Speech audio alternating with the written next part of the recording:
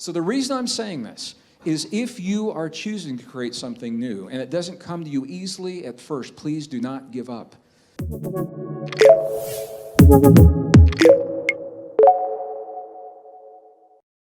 What scientists now know is the memories are not in the cells. And this is a very different way, this goes right to the heart of reincarnation.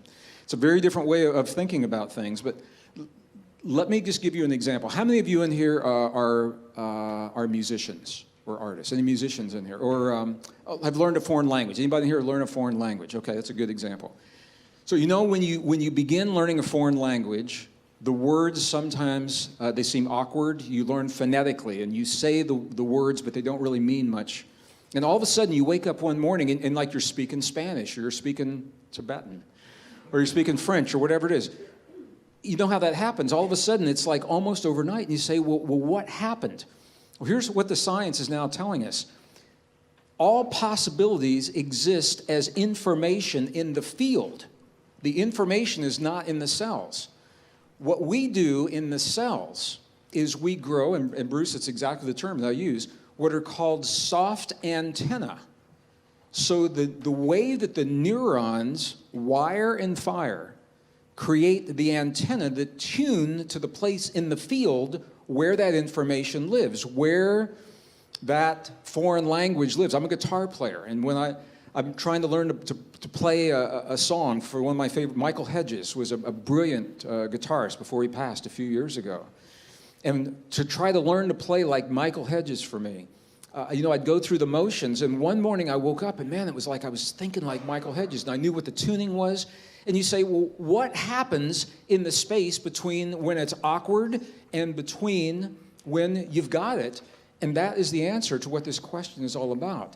When we, okay, I'm just going to say it like this. It is the very act, the act of you striving to become more in one moment than you were in the last moment. It's the act of you reaching deep within yourself to grasp a new way of thinking. So a new language or a new song on a guitar, a piano, or a new book to write, or a new title, or new poetry, or new sculpture, new art, whatever it is, that act is the impetus for the neurons to wire together to create the antenna that reach into the field where that information lives that you are asking to have access to.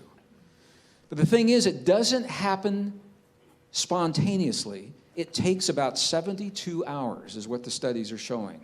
About 3 days. And if you're with me tomorrow, I'm going to show you a little video clip of this. It takes about 3 days for the neurons they're very social cells. They love to hook up. So it takes about 3 days for these neurons to hook up, to reach out and firmly establish the connection with another like neuron so that they're forming the antenna that tune to the place in the field where everything that you desire to understand or know or create or perform, it already exists.